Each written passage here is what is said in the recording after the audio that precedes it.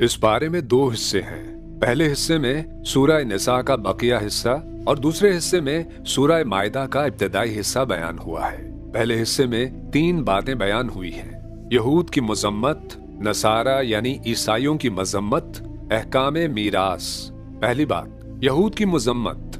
یہودیوں نے حضرت عیسیٰ علیہ السلام کو قتل کرنے کی سازش کی، مگر اللہ تعالیٰ نے حضرت عیسیٰ علیہ السلام کی حفاظت فرمائی اور زندہ آسمان پر اٹھا لیا، اور یہود اپنی بدعمالیوں، عہد شکنی، آیات الہی کا انکار اور انبیاء کی مخالفت پر مذمت کے مستحق ٹھہرے۔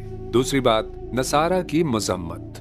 نصارہ یعنی عیسائی حضرت عیسیٰ علیہ السلام کے بارے میں حد سے بڑھ گئے اور انہیں اللہ کا بیٹا قرار دے کر باپ، بیٹا اور روح القدس پر مشتمل عقیدہ تثلیث اختیار کر لیا۔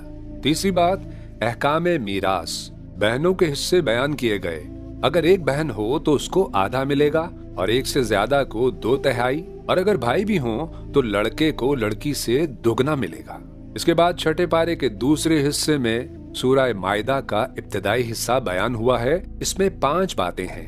پہلی بات، معاہدوں اور وعدوں کی پابندی۔ یہاں یہ ہدایت دی گئی ہے کہ چاہے وعدہ اللہ کے ساتھ ہو یا لوگوں کے ساتھ، ہر جائز عہد اور معاہدے کو پوری ایمانداری کے ساتھ نبھاؤ۔ دوسری بات، حرام چیزوں کو بیان کیا گیا ہے، مثلاً بہنے والا خون، خنزیر کا گوشت اور غیر اللہ کے نام پر ذبح کیا گیا جانور۔ تیسری بات، طہارت کا بیان ہوا، وضو، تیمم اور غسل کے مسائل۔ چوتھی بات، حابیل اور قابیل کا قصہ۔ قابیل نے حسد میں آ کر اپنے بھائی حابیل کو قتل کیا، جو تاریخ انسانی کا پہلا قتل تھا۔ اس واقعے کو بیان کرنے کے بعد قتل اور چوری جیسے جرائم کی سخت ممانعت اور سزاؤں پر حکم دیا گیا۔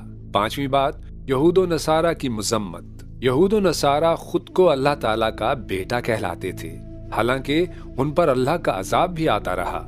نبی صلی اللہ علیہ وآلہ وسلم کو ان کی سرکشیوں پر تسلی دی گئی، مسلمانوں کو ان سے دوستی سے روکا گیا اور حضرت داؤد علیہ السلام اور عیسیٰ علیہ السلام کی زبان سے ان پر لعنت فرمائی گئی، اور آخر میں واضح کیا گیا کہ یہ تمہارے خطرناک دشمن ہے۔ یوں گزاریں اس برس رمضان کو، اب سمجھ کے پڑھنا ہے قرآن کو۔